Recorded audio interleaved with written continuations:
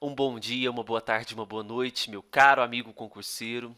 É com muita satisfação que hoje nós daremos início ao nosso curso de questões comentadas da Lei 8666 de 93, a tão famosa Lei de Licitações.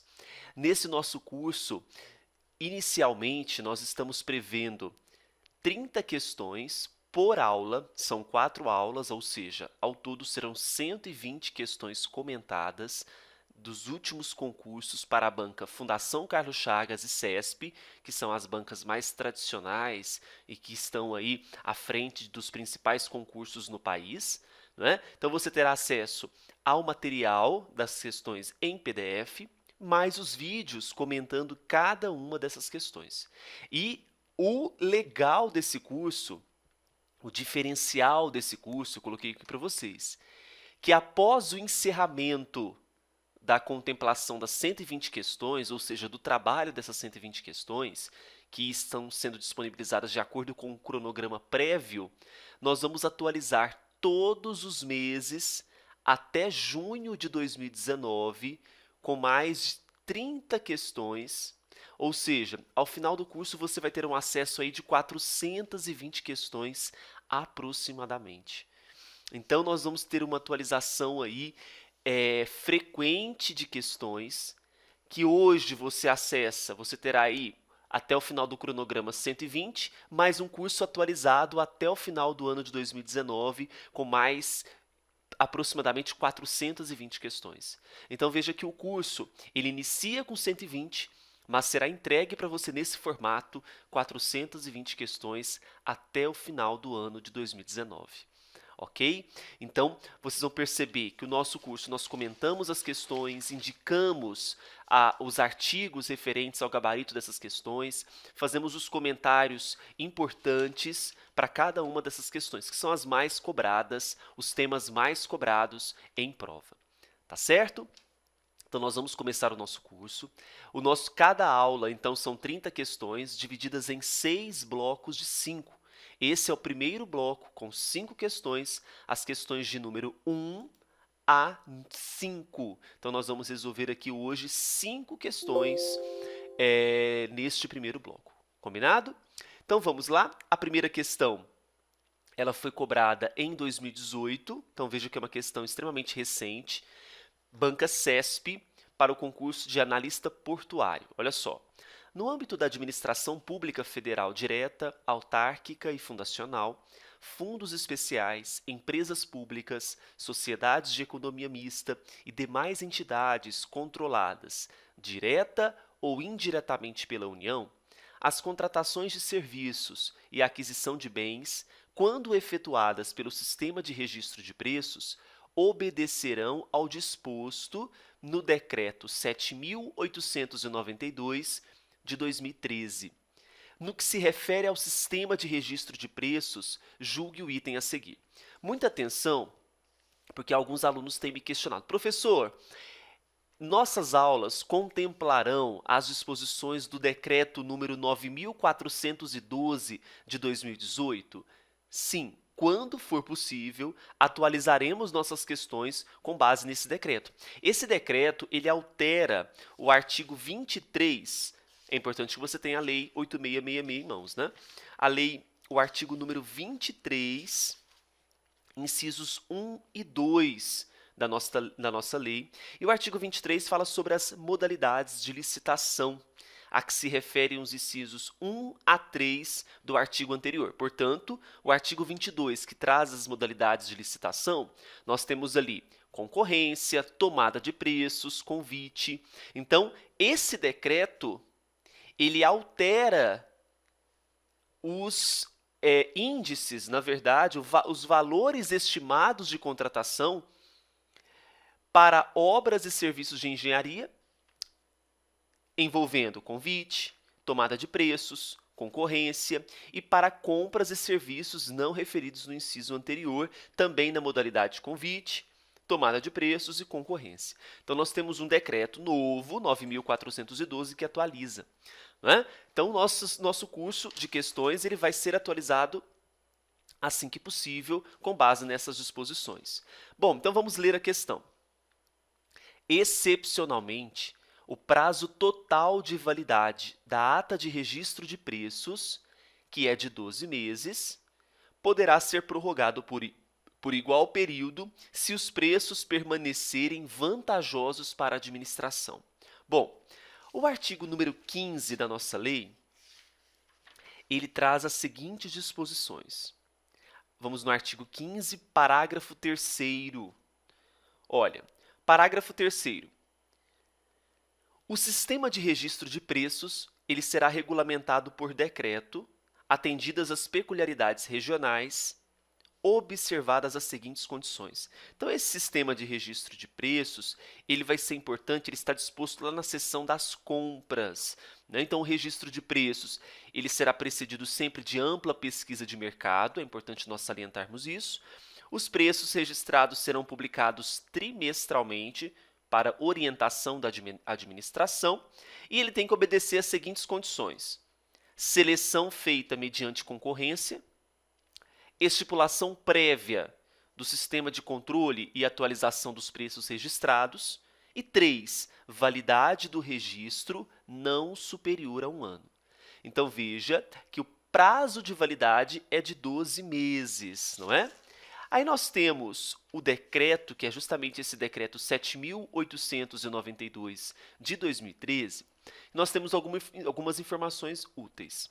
Esse registro de preços, ele será regulamentado por decreto, não podendo, então, ser superior esta ata ao prazo de validade de 12 meses, já contemplada as prorrogações. Então, já contempladas as prorrogações, não poderá ser superior a 12 meses o prazo total de validade da ata de registro de preços. Tá certo? Então, na questão número 1, nós temos aqui incorreto, segundo disposições do artigo 15, parágrafo 3º, inciso 3, aí vocês anotem, Lei 8666 de 93, tá certo? Eu parto pelo princípio, pelo pressuposto, que vocês já têm um conhecimento da Lei 8666. Esse não é um curso introdutório, é um curso de questões, tá? Que nós vamos discutir, aquelas questões que vocês consideram que nós precisamos discutir melhor, vocês vão poder comentar o vídeo e nós vamos trazer vídeos depois comentando melhores essas questões, tá bom? Vamos à questão número 2 agora. Essa questão também em 2018. Considerando que ao ente político responsável pelo ensino público incumbe disponibilizar aos alunos o uniforme completo para frequentar as aulas, a aquisição, então olha lá, A, poderá ser contratada diretamente, dispensado o procedimento de licitação, em razão dos bens fornecidos serem destinados à educação. E aí, será que o fornecimento, a disponibilização aos alunos de uniforme poderá ser feita contratação direta, dispensado o procedimento de licitação em razão dos bens fornecidos serem destinados à educação? Falso. B, depende de procedimento de licitação para a contratação de cada item individualmente para garantir maior competição entre os potenciais interessados, vedada a aquisição conjunta. Vamos fazer a leitura aqui do artigo número 23, parágrafo 1º. Veja só. As obras, serviços e compras efetuadas pela administração serão divididas em tantas parcelas quanto se comprovarem técnica e economicamente viáveis, procedendo-se à licitação com vistas ao melhor aproveitamento dos recursos disponíveis no mercado e à ampliação da competitividade, sem perda da economia de escala. Então, olha, depende de licitação para a contratação de cada item individualmente para garantir maior competição, vedada a aquisição conjunta? Falso, né? Pode ser feita, pode ser dividida em tantas parcelas quanto se comprovarem técnica e a economicidade, mas não se fala em vedação à aquisição conjunta, não é? Letra C. Pode ser contratada mediante procedimento pregão, considerando que se inclui no requisito legal de bens e serviços comuns passíveis de descrição objetiva. Muito bem. O artigo 1º da Lei 10.520 traz essa possibilidade para nós. Então, esta contratação ela poderá ser feita, sim, pela modalidade pregão, conforme prevê a Lei 10.520, artigo 1º. Só justificando aqui a letra B, artigo 23, parágrafo 1º, Lei 8.666, tá bom? Letra D, admite contratação mediante dispensa ou inexigibilidade de licitação, desde que não ultrapasse o montante de R$ 150 mil. Então, o artigo 24, inciso 2, ele prevê o seguinte: é dispensável a licitação para outros serviços e compras de valor até 10% do limite previsto na linha A do inciso 2 do artigo anterior. Então, vamos lá. A linha A do inciso 2 do artigo anterior.